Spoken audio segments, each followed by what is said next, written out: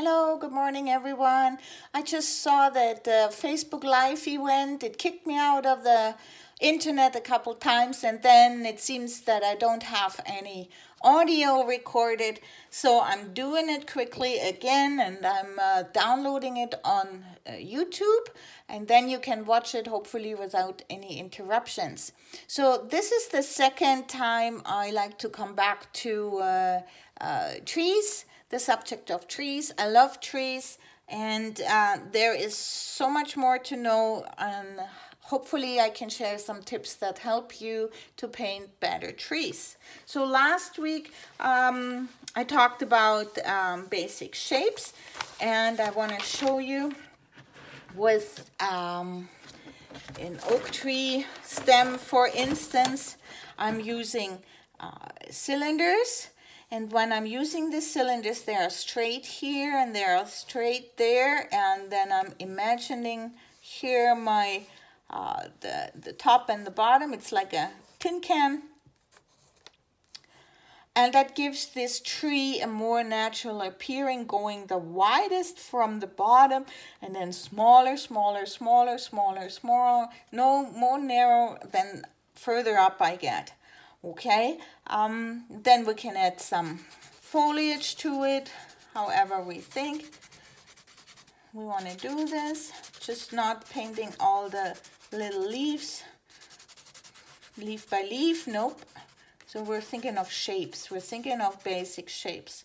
Okay, and then we can work out our tree. So that prevents you to just do like this when you do branches or so. This is not good. Try to be straight and straight and straight, and go with the movement then of how the tree grows, and that looks way more natural. Okay, I love to see how you draw a stem and the tree trunk. Please share this. Okay, so another idea with about trees, more tips about trees. So when we're painting just a dry spruce tree, we're following the triangle, so going the widest down here and the narrowest up here, right? And when we paint trees, I mentioned last time to add some shadow with color on underneath the branches. That makes it more three-dimensional. And when we're indicating light, then we have one side that is usually lighter in the tree. So here I added some yellow to it. Then the other side, it's a darker side. That also makes it three-dimensional. So when we're mixing colors in a spruce tree, for instance, we don't need to go with green all the time and then using different light greens or different darker greens that are not related. We like to create a harmony within my greens, and I'm just adding two green, maybe a yellow, or maybe even a red to make the tree look more lively. This is painted in the negative space, so we're painting all around our tree. So we're having then a silhouette of a spruce tree, and then we can add some insides to it, and voila, we have a tree in the snow with snow on it. Okay, brush handling is one important thing. Just be creative how you paint your trees. You can hold the brush in different positions, and then you can just create interesting strokes and interesting directions. And as I said, be free to use different colors than just the green. So here there is, for instance, see, I put a yellow tree in it, I put a purple trees in it. In this group of trees I have blue trees, and it just makes it more pop. Be free, don't copy, experiment, practice. Practice bunches of trees with different colors and see what you feel then when you use the different colors, and go from there. Okay, composition, how to place trees to make them appear in the front or go and recede into the back. We're doing in my workshop. That is way too much to talk about today, so we're sticking with trees, and I like to make you aware about edges. So hard edges bring something forward, soft edges bring something in more in the background. Okay, so we when we see a scenery, it's blurry in the background and it's very distinct in the foreground. And then we need to think where the light is coming from. So we're indicating the light here with a light green and going darker where the shadow areas are. And that gives the tree a better body. We can also increase our volume, tonal value, and the volume of the tree by adding the same color in layers. Just let one layer dry completely and go in with the same color and add on top, and then you get a darker appearance of the same color too. Here, for instance, it's another tip on how to create interesting edges and interesting shapes within a tree. I painted this tree and then I just put a couple drops of clear water in there. And then I lift my paper and it runs gravity-wise to the bottom, and I have my darkest darks here and I have my lightest lights there, and it creates, see it, the water pushes the color outwards, and then we have these wonderful edges here that create interesting shapes within a tree. Spatter is a finishing technique that I love to use just to make it more pop and to lighten the whole scene up. Because people ask me, how can I paint a bit more loose and fluent? These techniques, by adding some drops of water or using the spatter, will do this. We can also increase the light, indicating light, by lifting color up. So then I'm lifting, I can do that with a damp brush, or I can use a paper towel and just go slightly in where I want to have the lighter areas and lift it up, as long as it is half decent wet. And you see here there's different edges. Again, I used a different brush and I just let it dance over the paper, and then have an interesting kind of bush appearance. Here I used my round brush and I'm rolling it over the paper, and I have another interesting texture for trees. Let it dry and use a different darker color, and I roll it again over it, and that makes interesting trees. Here I used a dry brush technique. So I used a lot of paint and little water, and then I'm just scraping the brush over the paper, and I have the dry brush technique. And here I like to show you, to get the texture of the tree, very interesting, I use my credit card. So I'm loading color on my credit card, and then I'm just scraping from one side to another, loading, scraping, scraping, scraping. And voila, I can do even more details with the brush later on. But here, for instance, that is done without any additional brush work. It looks interesting, doesn't it? It looks straight. For birch trees, for instance, they are fairly straight, or poplars are fairly straight. I love this technique.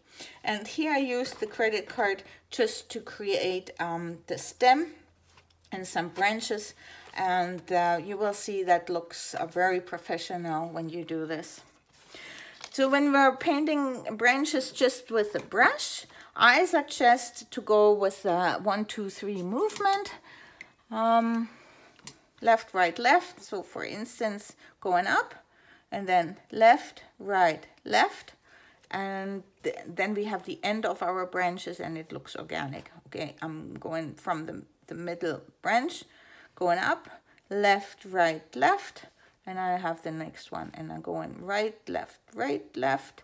So 1, 2, 3 is actually a very good way of creating organic looking branches.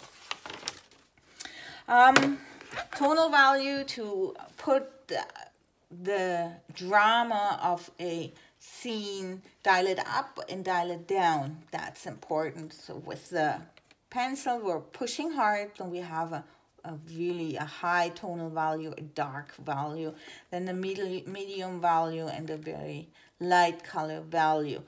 When we're putting this together, where our shade area is, thinking the light is coming from here, it makes it more round. Here, see in this scene, it makes the tree looking more interesting and more round, not so flat.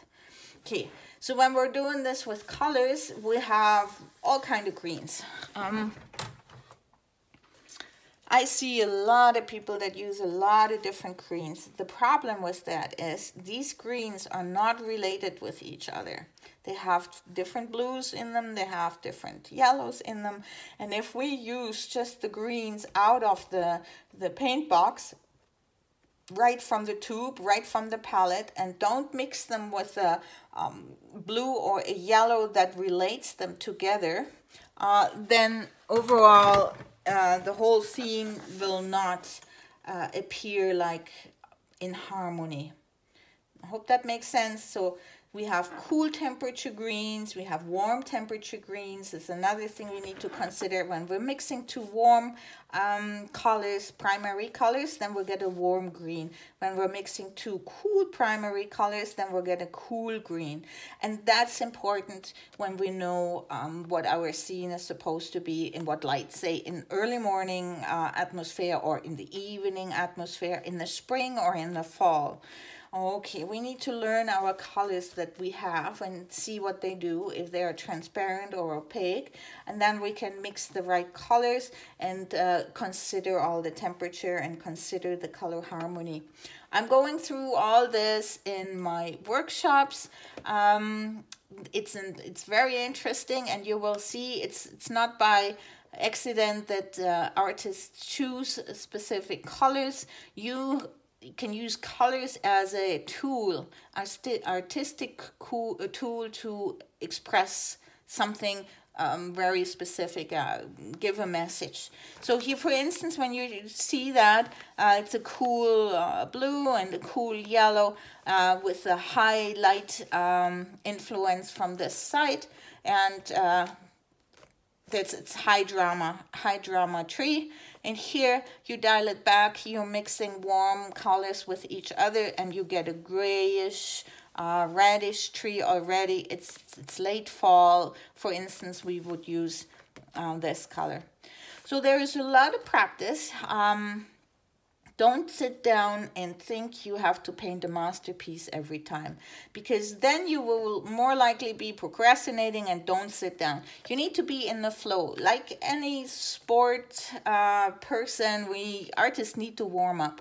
And we can do this by practicing the color temperatures, learn our values, experience what our colors can do, and then go from there. So just get your sketchbook or make yourself a little sketchbook with good watercolor paper, and then sit down with 5 minutes or 10 minutes and just doodle around with a purpose. Practice a painting in 5 minutes, practice your brush stroke, practice your drawing, something specific, maybe horses or maybe a landscape. Follow some interesting composition that you learned, and yeah, have fun. So these I did some reels about, because I'm just painting away and just warming up and playing with my colors. And I would like to show you this is a scene I'm doing in my workshop in my on September 22nd. I'm starting with my workshop from scratch. And we're going through all the supplies, the best papers, brushes, paints, and I always say less is more. So if you start with less supplies, you will have better success, and then add later to it as you paint along in your journey. That's the best way to go. So less is more. Don't buy big paint sets with a lot of colors. Start with the primaries, and then learning some techniques and some composition, and then go from there. Okay, if you have questions, shoot me a message in the comments, and practice some soft edges and some hard edges, and practice some different brush handling. Doing interesting brush strokes, doing interesting color combinations, depending what you have, and have fun and just figure out how to paint more interesting trees. I hope this has helped, all these little insights, and I love to see your trees in our painting community. And I hope next Sunday, 10 o'clock, 10 to 10:15, we're gonna have better luck with the internet. And then yeah, I thought I'm gonna start on composition, so giving you some ideas about composition then next Sunday live. Take care, have a good week, see you soon. Thanks for joining me.